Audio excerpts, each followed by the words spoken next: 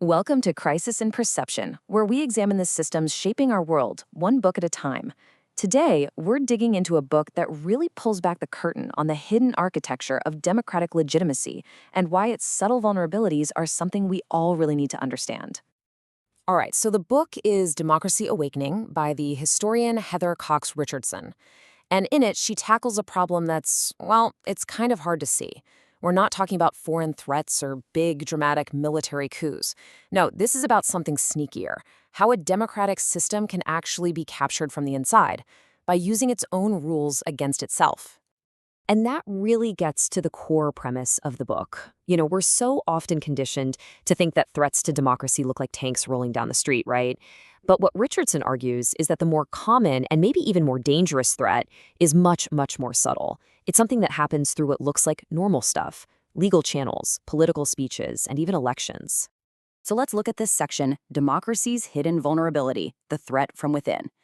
The central argument here is that a democracy is actually most vulnerable to being manipulated from the inside.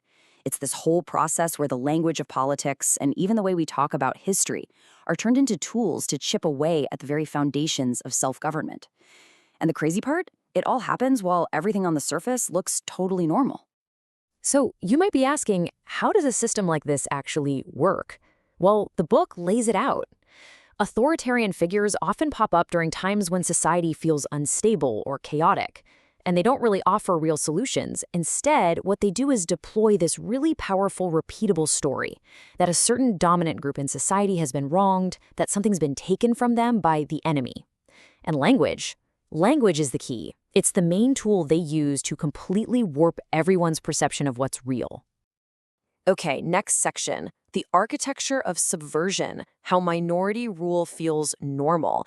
This brings us right to the book's core systems insight. I mean, how does a movement that doesn't actually represent the majority of people manage to grab and hold on to power? And maybe even more importantly, how do they make it feel normal, even legitimate? Richardson gives this repeatable structure a name, authoritarian consolidation. And the absolute key phrase here is appearance of legality.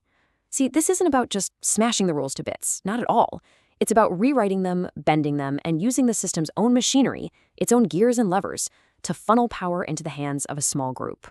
Now for patterns that skew power: incentives, constraints, and feedback loops. And that's because this whole process, it's not random. It follows these really predictable patterns. They're driven by certain incentives and constraints that create these powerful self-reinforcing feedback loops. The book points out a few of the big ones. First step, you have to forge a heroic identity. A leader comes along and reinforces this kind of fantasy self-image for their followers.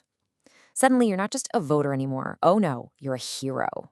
You're part of this grand struggle to reclaim the nation, to bring it back to some mythologized noble past. And that creates this incredibly powerful emotional bond that honestly is almost completely immune to facts or evidence.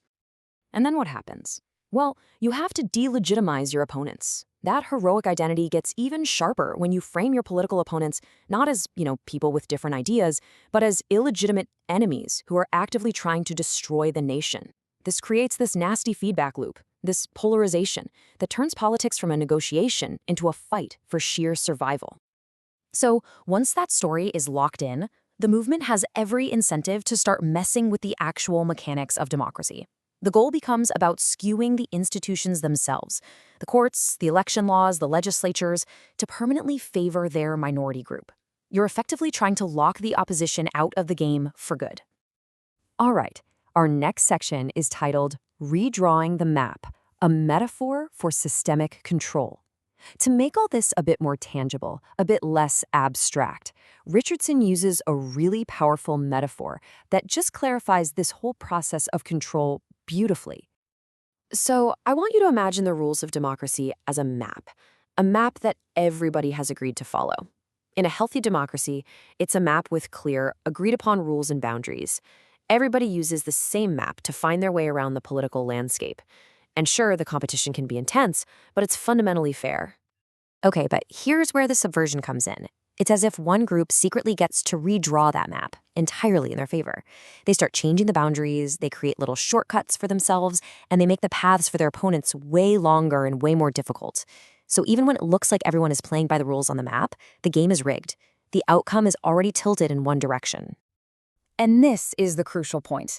Taking this kind of systems-level view completely shifts our attention. We stop focusing only on the individual politicians, the who is in power, and we start looking at the structure of the system itself. We start asking how the rules that grant power are actually written. Who do they benefit? Is the map we're all using still a fair one?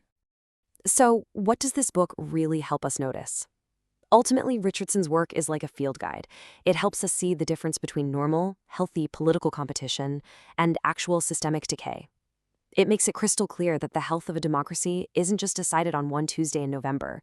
It's determined by the integrity of the stories we believe and the fundamental fairness of the institutions that give power and legitimacy in the first place. This project is free and publicly accessible. If you'd like to support the time, tools, and research behind Crisis and Perception, you can become a supporter on Patreon. For a longer audio-based analysis of this topic, see the deep dive linked in the description. If you enjoy this kind of systems-level analysis, please like, subscribe, and comment with books or topics you'd like us to explore next.